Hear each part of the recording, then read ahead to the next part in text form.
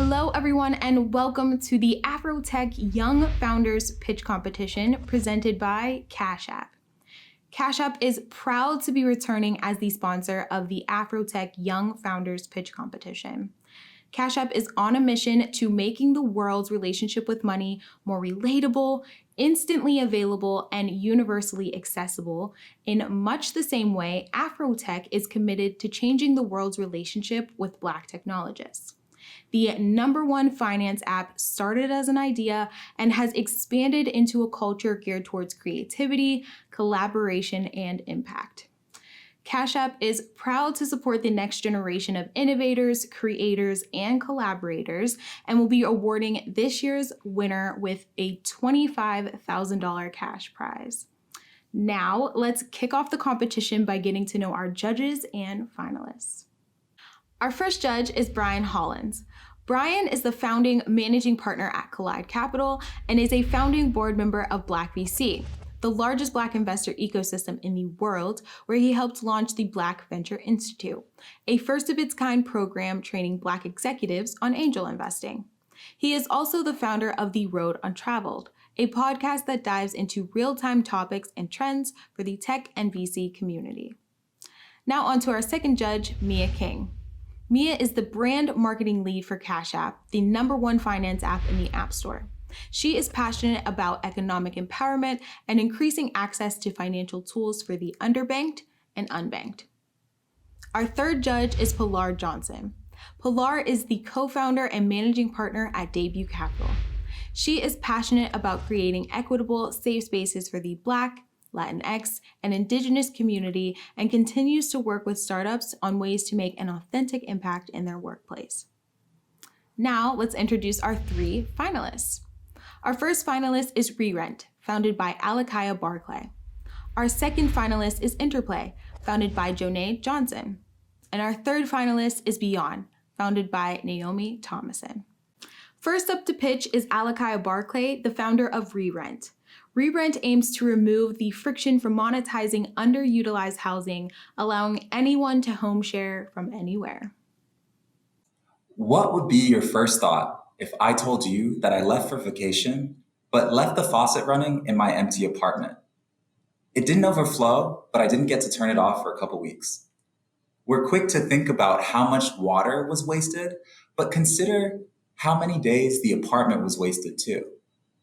Apartment waste happens every time we travel, and millennials are traveling more than any generation before them, on average over a month per year. When you consider how many apartments they leave empty, it's the equivalent of every single apartment in the state of Texas sitting vacant for the entirety of every year. It seems like an easy fix though. They could just put their apartments on Airbnb, right? Wrong. My name's Alakaya, and I launched Re-Rent to do what Airbnb doesn't, to finally allow millions of travelers to easily monetize their apartments while they're away. You see, Airbnb expects their host to actually host. And if you've ever hosted anything of any sort, you'll know it's easier said than done and is always more of a hassle than you'd expect. Imagine everything that you'd have to do, and then think about doing that from another time zone. I'm talking about cleaning, laundry, not to mention being on call the whole time while you're trying to enjoy your vacation. That's the flaw in the system. Whenever you travel, you leave behind an empty apartment, but it has to stay empty because you're not there to host it. But what if your building hosted your apartment for you through their exclusive partner, Re-Rent? You just use our portal to let us know when you're going to be away and then call it a day. Re-Rent handles everything. The first time around, you'll snap a few photos of your apartment, and with that, Re-Rent will create listings for you on multiple sites like Airbnb and Vrbo in minutes. We dynamically price your place based on travel demand, and as bookings roll in, we'll vet and manage guests as well as schedule cleanings. Your place is insured, and you'll come back to a clean home and a credit to your next month's rent. The revenue is shared between you, Re-Rent, and the building, which gets a 20% cut. You see, buildings are excited because before they had no incentive to allow subletting. So they didn't. But now with Re-Rent, there's a win for them. You're excited because you're effortlessly earning back dollars that would have otherwise been wasted on rent while you weren't even there.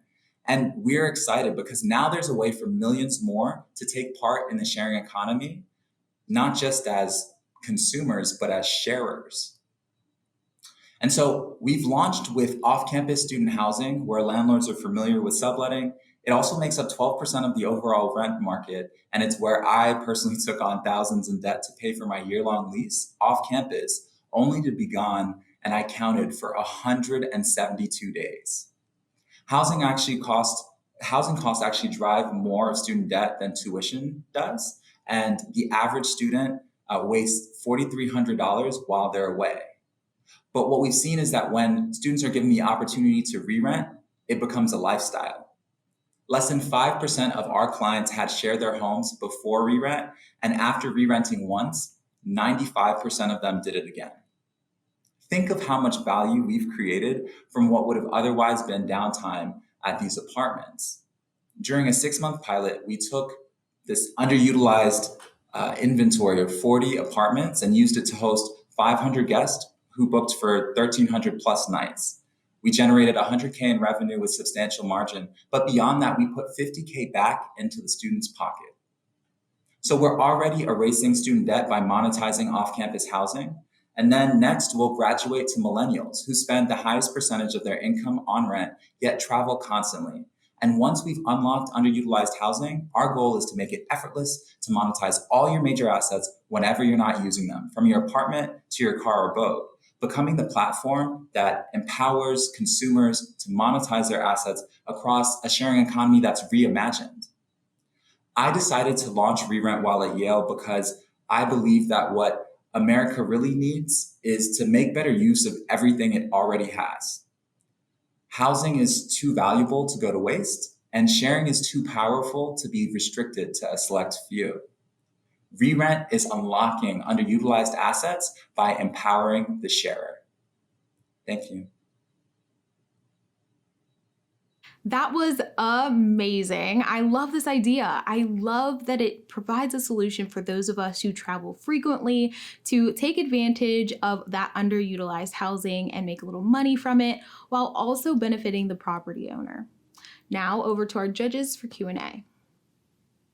So great pitch. I wish I had this when I was in college, especially hearing those figures about housing costing more debt than tuition. And I love that you have an incentive for every participant, including the building owner or property manager. How do you think about monetization during times when travel is restricted, such as what we've seen during COVID or a pandemic, and students aren't utilizing off-site housing?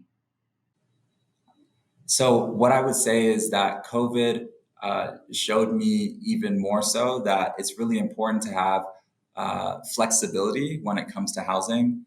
I saw a ton of people locked in situations where they had a lease, but now they were back at home. And so the apartment was just sitting there. And, it's unclear whether there was always someone to use it on the other side or not. When everything shuts down, it's not always clear that there's a solution there. We don't plan for things to be like they were, last April. In the future, but I think what it did demonstrate is just how important it is to have a way for people to not necessarily purchase their housing 1 year at a time. You think about everything else we purchase, and it's like rent is the original subscription, but while you pay it monthly, you always have to be on the annual plan. And re-rent allows you to work with your landlord to be able to have what you need, and if you don't need 3 weeks or a long weekend or 3 months, you can make that available to someone else. Fantastic job. I want to talk about the different sides of the marketplace that you'll deal with here. I have no doubt, myself included, when I was a student, that I would have used this platform, or when I was a young professional and I lived in a high rise in a metropolitan. But the other side of that market is the building owners. And can you just talk about how you go and build trust with them? Some of what I'm hearing in this model is sending cleaners through their building, sending maintenance men. I mean, it sounds pretty full service. And so how do you build trust with the buildings to onboard and get excited about something like this? Well, I think they get excited about the improved quality of life for their residents, and then also the added revenue. They're able to take, say you have a building that's 100% occupied, they're able to increase the cash flows on that building dramatically by tapping into this vacant time. And then everything else, I think to this point, it's been sort of a nuisance because buildings don't have the visibility. They don't have the kind of professional tools that managers typically have. And so you build trust with them by giving them that visibility, by showing your track record, and then by coordinating. In the building deal that we've set up right now, like we're closing a deal on that, and essentially they're taking care of the maintenance, right? They also happen to have cleaners, so we can tap their cleaners, but we're probably going to use ours since it's a market we're already in. And they're able to give us added, we'll have a bunch of extra data. And then on our side, we're giving them a bunch of extra data in addition to the software platform. So it's kind of working together as opposed to them dealing and business to business, as opposed to it being a bunch of one-offs that they're trying to track in their building, but don't feel comfortable with who's in the building, who's not, and having visibility to it. I hope that answers it at least somewhat. Great job. So in your pitch, you discussed briefly just having a vetting process, and I wondered if you could elaborate a little more on what that vetting process looks like for the user and the space, as well as the person making the reservation and that will be staying in the space. I know that, like, when I was a student, I usually had multiple roommates, so I'm just thinking of the other roommates that might still be there or might not be the one on the listing, like wanting to feel confident and safe that they're being vetted. And also, can you let me know if it's in-house or do you outsource that? So far, we've done a fair bit of the vetting in-house. And like you can imagine with this past year, especially trying to make sure that people are interacting with other people during COVID, that they're who's vaccinated, where are the travel locations, right? It's made vetting a bigger focus than it's been in the past, in some, or just new questions to ask.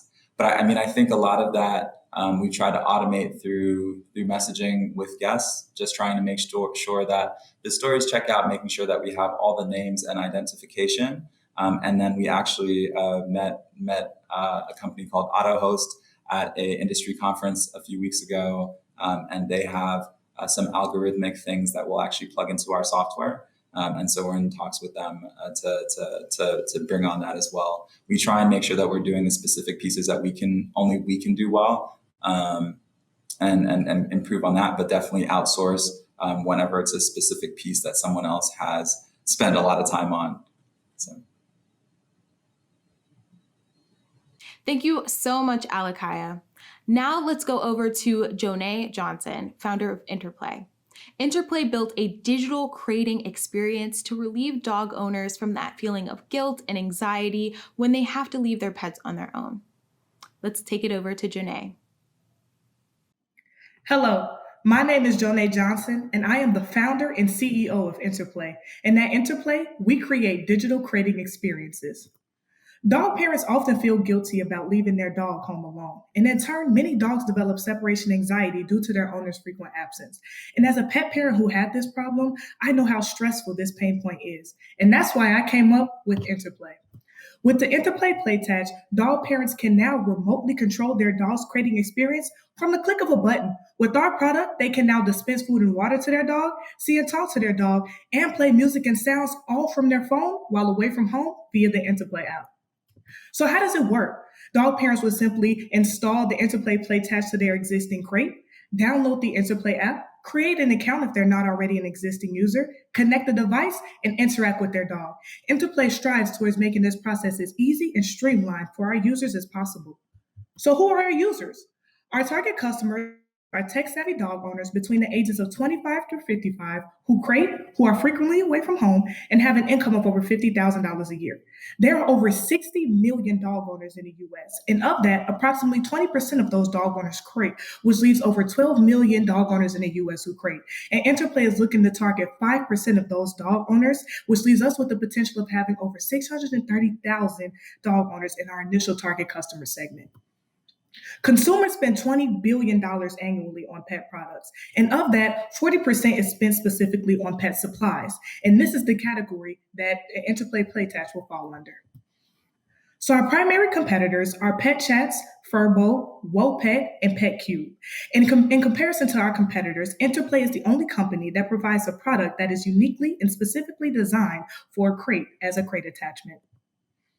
In terms of market approach and strategies, we're looking to engage with and partner with dog influencers on social media and have them post and promote our product. We're also looking to develop strategic partnerships with animal shelters, dog apartment complexes, and dog breeders. We're also looking to have sponsored content on our social media platforms. This includes Twitter, Instagram, and Facebook. We're also planning to exhibit our product at pet shows and conferences where we will do live demonstrations of how our product works. And then we're also planning to sell our product via our website and Amazon and Chewy's online as our distribution channels. Interplay has two revenue streams. The first is product sales. So we're estimating total unit cost at $100 a unit. And with a 60% margin, we're looking to price our product at $250 a unit. The second revenue stream is subscription. So there will be a free and premium version of our product. And the premium version will be priced at $6.99 a month. Now, to highlight some of the key financials from our projections, we're looking to grow our revenues by approximately 3x year to year. And in year 3, that's when we're hit nearly $1 million in revenues and sales. Now, to highlight some of our key milestones to date, in April of this year, we filed a provisional patent. Also in April, we were awarded a $20K grant from Digital Sandbox, and this funding went towards app development and the completion and refinement of our product development, ensuring that the design is ready for market. And then in December, we're looking to begin beta testing, and at the latest in March of 2022, we're looking to launch our Kickstarter campaign. And in this campaign, we're projecting that we'll do $100,000 in pre-sales for our product. Now, more about me, the founder. I'm a pet parent who had this problem, which makes me passionate about ensuring that there's a solution on the market to this problem. I am also a recent graduate from the University of Missouri, Kansas City, so I do have a bachelor's of business with the emphasis in entrepreneurship. I am also currently in their MBA program as well. I have product management experience, and I was selected as the 2020 UMKC Student Entrepreneur of the Year. Now, although I'm a solo founder, I have strategically assembled a board of advisors who are highly skilled and have years of experience in their fields. This includes tech, business development, product development, marketing, and sales. Any funding received will go towards manufacturing. This includes tooling, material, and labor costs, legal fees as we look to file a non-provisional patent, and marketing to ensure that we have a successful Kickstarter campaign and that we're able to establish positive brand awareness associated with Interplay. Now, with that being said, I would like you all to remember that with Interplay, when you're away, you can know that your pet's okay. And I please ask that you do follow us on Instagram, Twitter, and Facebook, and visit our website at www.gointerplay.com and join our waitlist. Thank you.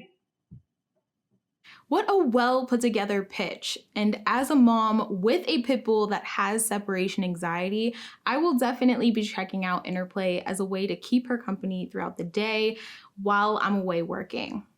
Judges, what questions do you have for Joni and Interplay? Hi, Janae. Excellent pitch. I love the energy. And I was especially impressed looking at your pitch deck and seeing what you offer compared to all the other competitors. Do you consider like interactive camera companies like Ring, where you can interact with your dog? Are those also competitors? I've seen my friends engage with their pets that way. Or are you focused on solely companies that offer the crate?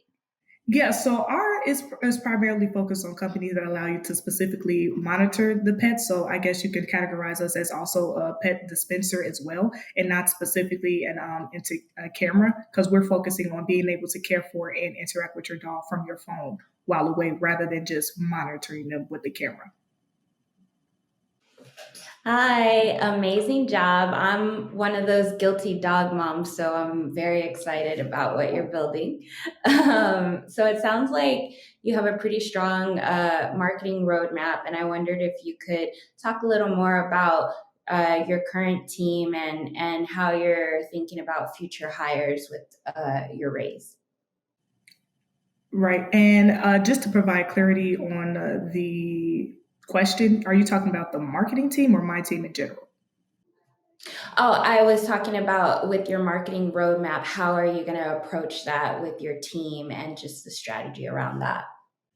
Yeah, so in terms of the marketing specifically tailored towards Interplay itself in the campaign, it's a work in the work. So I do have a few meetings scheduled in terms of just our consistent content output on social media, then also the strategic development of those specific partnerships, seeing who's locally in Kansas City, who we can target, and who will be willing to not only promote our product to their audience, but also make it a mutually beneficial relationship. And in terms of the Kickstarter campaign, I've been in talks with experts, Kickstarter experts, and then those locally in the area who have had the same raise amount as us and who are willing to connect with me and my marketing team to give us their strategies and feedback on how they had the success on their campaigns and what we can do to replicate that process.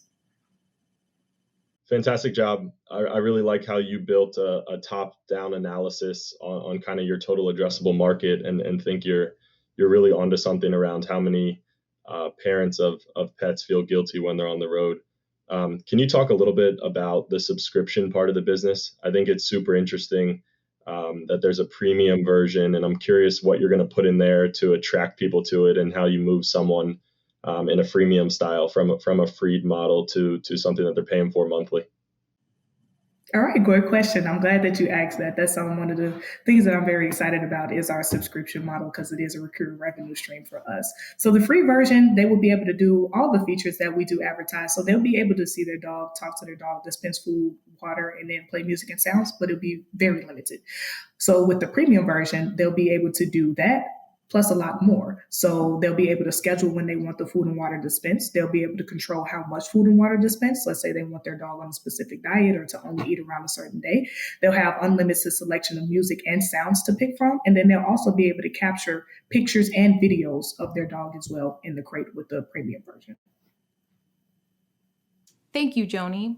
And now introducing Naomi Thomason with Beyond, helping to get more young minorities and women excited about a future in technology through a culturally relevant and engaging chat experience.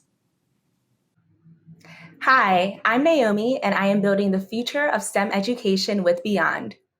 My journey in technology started at a very young age. I was 6 years old when I built my first computer, and I attended various STEM camps, including a computer science institute at UC Berkeley, where I was introduced to what it was like to work for a tech company. I mean, I was in heaven, discovering all of the cool perks, the chill dress code, the free food, and over all the time I was spent on these company tours, behind all of the glitz and glamour and all of the, ping pong tables, I quickly noticed the overwhelming lack of representation of diversity in tech. It was also really challenging for me to go to my peers and convince them to want to join me on this pursuit of a career in technology. And it was instantly my mission to want to improve interest and retention amongst diverse students in technology. So I took matters into my own hands, and I joined forces with a dynamic team of STEM educators and Gen Z experts to build Beyond. With a social reach of over 90,000 users, Beyond's leadership truly reflects the diversity of the demographics that we serve, including Justin Schaefer, who has reached over 150,000 high school students, and Tarlan Kubiari, who is a former program coordinator at a high school tech camp. We also have incredible mentors and advisors, including Jason Mills at Google and Jessica Santana at America Tech, who is one of our partnered organizations. Now, we spent this past spring surveying over 2,000 STEM professionals, educators, and students, and we discovered, 1, school counselors are overwhelmed. There is a 424-to-1 student to counselor ratio, which means there's not enough time and capacity to truly influence a student's post-graduation decision. And 2, as you all may know, there's a huge diversity issue in the tech industry. where 5% of Black tech talent is in the tech industry and only 7% of Hispanic and Latinx talent. And 3, today's tech learning platforms are not made with diverse students in mind. So we take a passion-first approach to tech education. Beyond helps students match their interests and their passions to future tech careers through a culturally relevant chat experience.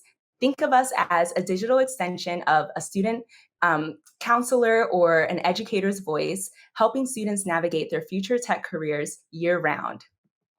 Users experience Beyond through personalized user journeys where everyone, including high school students, college students, and educators, can experience Beyond in their own way. But I'm going to take you on a quick journey through the eyes of a 10th grade student named Brianna. Now, Brianna spends a few minutes chatting with Beyond, and she shares that she has a passion for music and sports. And she shares more interests around her location preferences of where she wants to work in the future and her favorite brands. She is given results instantly, suggesting she should work as a software developer for Spotify since she likes music, or as a data analyst for Nike since she likes sports. And she learns about what skills she should be learning to pursue those roles in the future and what the next steps look like after high school, whether exploring colleges or boot camps or other workforce development programs. Now, when the matching has been complete, she can explore some of our other features like our games that are themed around tech topics, or she can chat with the student success homie if she has any questions. And as Brianna goes on to college, we can convert company tech stacks into learning material to be a little more intentional with preparing Brianna with the knowledge around the tools and the programming languages that real employees use at the specific brands that she's interested in working for. We also plan to incentivize this experience so that Brianna can learn tech skills while earning prizes from her favorite brands. Now, Beyond is free for all students to use. Our primary customers are the brands interested in improving their diverse recruiting goals by connecting with the future of their workforce early and on a deeper level.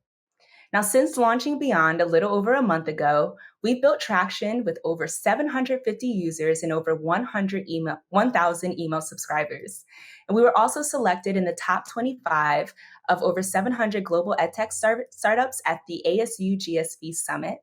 And as of last week, we just secured a key channel partnership with a STEM program collective that reaches over 30 million students. We would love your support in truly impacting generations to come, making learning about technology fun and inclusive for all. Thank you for your time, and I'm happy to answer any questions. This is so good. I love a mission-focused company, and especially one that is geared towards helping diversify tech and making it more accessible to students of color, especially while they are trying to figure out what they want to do with the rest of their lives. But who doesn't love that? Now over to judges for the Q&A. So great job. I love that your mission is focused around inclusivity and just helping bring, a more diverse student into STEM. I think that's always needed. I love that looking at the model, it's free for students. I would love for just a little more depth on the business model and the subscription model for the brands and the schools. Yeah, absolutely. So for the brands that are wanting to invest in early recruiting, they can subscribe to brand placement on the platform from a high school level, where they are giving like a custom one-on-one chat experience to learn more about what it's like to work at that company, integrating media about the company, different roles, and what internships look like. For the college user journeys, we can even implement like internship placement, and then post-grad journeys are more like actually recruiting for jobs, job placement on there. So they subscribe to that type of placement, as well as when we evolve the platform to converting their tech stacks into learning material, that is more of an investment on their end to incentivize the learning experience, where as the students are learning, they're earning credits and earning prizes from the brands, just to create more brand visibility and also exposure to the diverse talent. Yeah, my other question is around you mentioned in the pitch that Beyond will provide games as a learning experience for some of the students, and I would love for you to share just more about the roadmap of providing new and fun content. Yeah, absolutely. So, as we know, kids and youth's attention span is getting shorter and shorter by the day. So, games are a way to create that learning experience that is fun, where we build the games around already familiar concepts like Pac Man or Angry Bird, but integrating tech topics of like the skills that they were matched to within the matching process. So, they're learning tech, they're also playing games in order to get to the next levels, they answer questions. And we also have a scoring model that we're building out where if they collect enough credits, then they can cash the credits in for prizes. So if they have something in mind that they want to get, it will increase the retention of them on the platform to want to learn and continue just spreading like career awareness around tech opportunities in the future. Thanks so much for sharing your pitch. Really great job. My question is around the business subscriptions. Are you involved in vetting the companies at all to make sure they're actually inclusive and able to retain the diverse talent that they're seeking through your platform? Yes. So our approach is to partner with brands that are already familiar to the Gen Z demographic, just to create that connection from, what they're already using, like a Spotify app every day, and understanding that there's an entire tech operation behind it, or like the MBA and learning you can do data analytics. But we really want it to be familiar to the student. And we want this to be a learning opportunity to encourage the brands to also directly connect with the future of their workforce, the diverse future of their workforce. And we plan to provide resources to the brands as well on how to continue to build, more inclusive environments for their internship programs. And we can take a lot of like student feedback.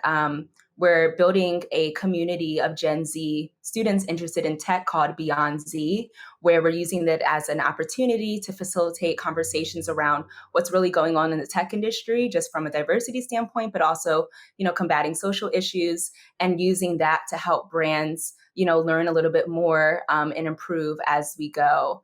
But yeah, so we definitely do want to work with the brands. And a secondary customer is like the post-secondary institutions, including like the colleges, boot camps, and workforce development programs that want to, have that visibility as a next step for after they are matched with, certain brands and skills that they should be learning. Wonderful job. I really like how you're thinking about the opportunity. Can you talk a little bit about the relationship you build with the students? I think of this as an exploratory platform where I can come and find out even what's out there. How do you retain that customer over time? How do you get them excited to stay on the platform, even once they're good at coding, even once they work at Pinterest or Slack or Plaid? Talk a little bit about the customer journey. Definitely, we wanted to start from like the middle and high school age group because they're making the biggest decisions of their lives at 18 years old, and focusing on that awareness around tech opportunities. And as they evolve into college, there's different user journeys that we can update, wherever they are on their journey so that they can then explore career opportunities and get those internship placements. And then when they graduate, be able to leverage our platform as a resource for job placements. And then we do want to create, like, this is a community focused product where with the Beyond Z community, anybody that goes through the pipeline will still be able to be connected, and students that have gone through our platform from high school and have already gone all the way to getting a job at the Pinterest, they will be able to be mentors for the next generation of diverse students coming through the platform and finding that community. So we do want to create retention, not only just from the community aspect, but also incentivizing the experience, getting a lot of brands involved, and kind of being an intersection of like, culture and entertainment and tech education so that they're learning, and then they're earning prizes, and then maybe they'll be able to meet, their favorite artist or have a lunch and learn with their favorite brand CEO. We can create that retention on this platform by doing that, while also integrating games and then our student success homies, where they can always have a human to interact with for questions and support along the way. Thank you, Naomi. Awesome job. Well, folks, our finalists really did their thing, bringing to us such amazing startups that are going to help all of us adapt to a world that is becoming increasingly more mobile and tech-driven. I am wishing the judges all of the good luck because I know this is not going to be an easy decision on them. While the judges deliberate, I wanted to extend another thank you to our sponsor, Cash App, for providing the $25,000 cash prize to the winner. Cash App congratulates and thanks all participants and changemakers for their contributions. All right, it looks like the judges are ready to announce the winner. Pilar, over to you. Thank you so much to all the amazing young founders who pitched at this year's competition. You all did such a great job. We were very impressed. I am proud to announce that the winner of this year's AfroTech World Young Founders Pitch Competition, who will receive a cash prize of $25,000 from our wonderful sponsor, Cash App, is, drumroll, Interplay. Congratulations.